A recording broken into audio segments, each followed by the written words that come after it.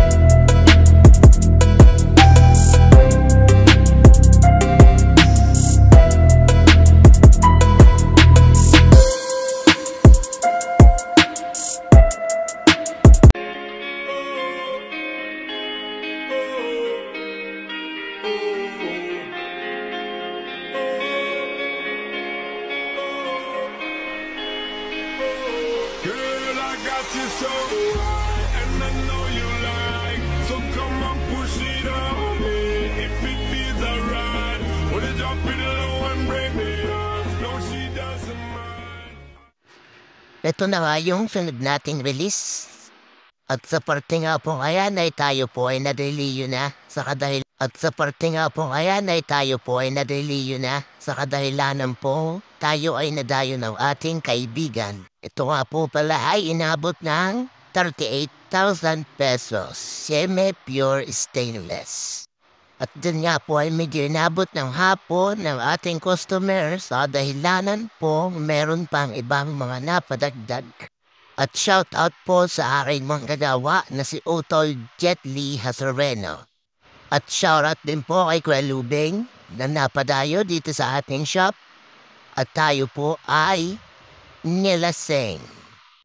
At in-upgrade din po natin ang kanyang sidecar para daw naman sa ikapopogi pa.